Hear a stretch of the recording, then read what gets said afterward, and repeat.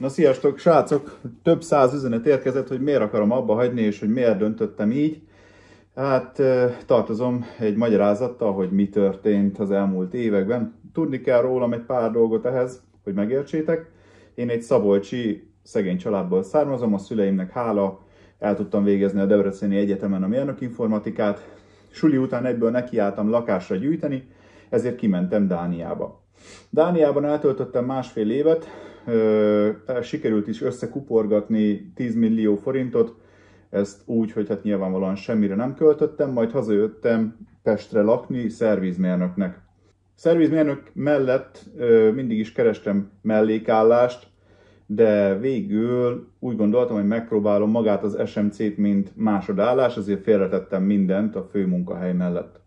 Maga az SMC 2015-ben alapult, én 2018 nyarán kerültem a csapatba, 2018 végére vége szakadt a motivációnak a csapaton belül.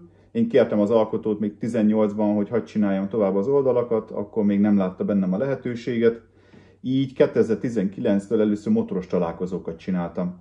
2019. októberétől elkezdtem a felületeket kezelni, elkezdtem rájuk posztolni.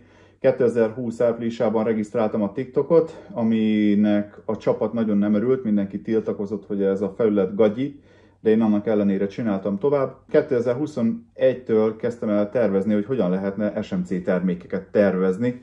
El is kezdtem gyártatni egy vállalkozóval ruhákat, na hát persze természetesen az első terméksorról egy mosás után lejött a logó, úgyhogy csinált nekem az ember is kb. 400 000 forint veszteséget, mert ugye ez a videó veszteségekről fog szólni. Csapaton belül is volt konfliktus, egy lány miatt egymásnak estek a fiúk, ketté is szakadt a chat. 2019-re meg is szűntek a közös motorozások, én mindig kiültem a találkozópontra, mert hetente motoroztunk együtt, mindig rajtam röhögtek, hogy szegény Attival menjen már valaki motorozni, ezért is kezdtem el amúgy később csinálni a találkozókat.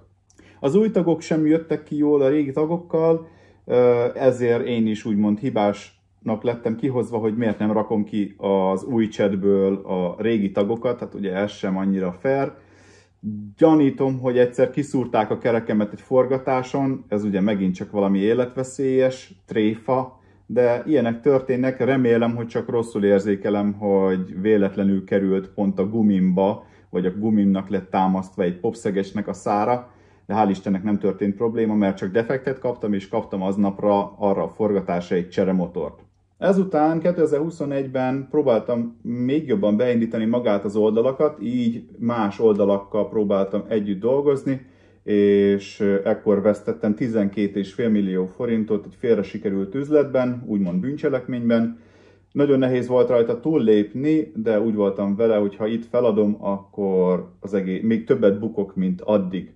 2022-ben indult el a webshop hivatalosan, na onnantól kezdve elkezdődött az igazi katasztrófa, a régi tagok elkezdtek lázongani, hogy feljelentenek a videókért, amiben ők szerepelnek, ez még máig is tart, vagy akkor nem jelentenek fel, ha fizetek mondjuk 50-100 ezeret azért, hogy ha posztolok egy videót, amiben benne vannak.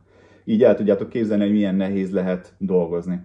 Nyilvánvalóan azért tiltakoztak, mert ugye maga az SMC egy hobbi célú oldal volt, de szerintem bárki megérti, aki még üzletben nem is jártas, hogyha valamivel dolgozol heti 20-30 órát, meg még a fizetésedet, a pénzedet is beleteszed, az ha semmilyen visszahozott összeg nincsen, akkor azt hosszú távon nem lehet csinálni, mert ugye egy idő után elfogy a pénzed és kész vége. Tehát nem középiskolás és nem egyetemista vagyok, hogy úgymond a szüleim tartsanak el, hanem én nekem magamnak kell kitalálni, hogy hogyan tartok fent egy vállalkozást, és ez addig ment jól, ameddig volt munkahelyem, és a fizetésemet bele tudtam még pluszba forgatni, azon kívül, amit elbuktam addig.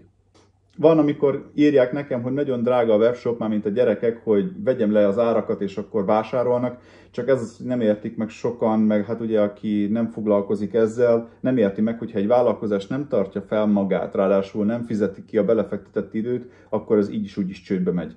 A munkahelyem elvesztése egy nagyon érdekes történet, ott már lassan több mint 7 éve dolgoztam, többször is kértem, hogy léptessenek elő. Mindig kaptam rá ígéretet, meg mondtak olyat, hogy nincsen olyan opció, de amikor az egyik kollégám kapott egy jobb ajánlatot másik cégtől, azt a megoldást találták, hogy felém tették, mint felettes.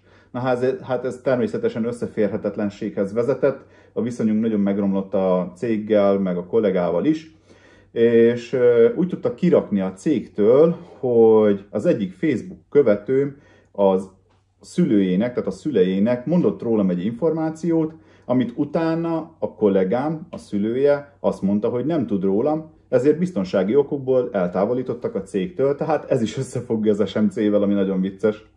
Addig volt céges autóm, közeledett egy esküvő, amin kellett volna, hogy legyen autóm, ezért beleugrottam, vettem egy kocsit egy cégtől, ami 190 km után motorhibás lett. Na most az a helyzet, hogy ezt a kocsit még szeptemberben vettem, azóta sem tudom használni a kocsit, most is szervizben van, nem tudják megcsinálni, 3 millió volt a kocsi, és a cég, aki eladta, természetesen eltűnt. Másik magán problémám, hogy volt egy föld, amit örököltem fateromon keresztül, az 2 évvel ezelőtt okozott a kiszáradás miatt a kukorica, ami rajta volt, egy -1 millió forintos kárt, utána tavaly kb. Egy ilyen 6-500 ezer forintot pedig a napraforgó, mert olyan rossz volt rajta a termés, valószínűleg megint szárazság miatt.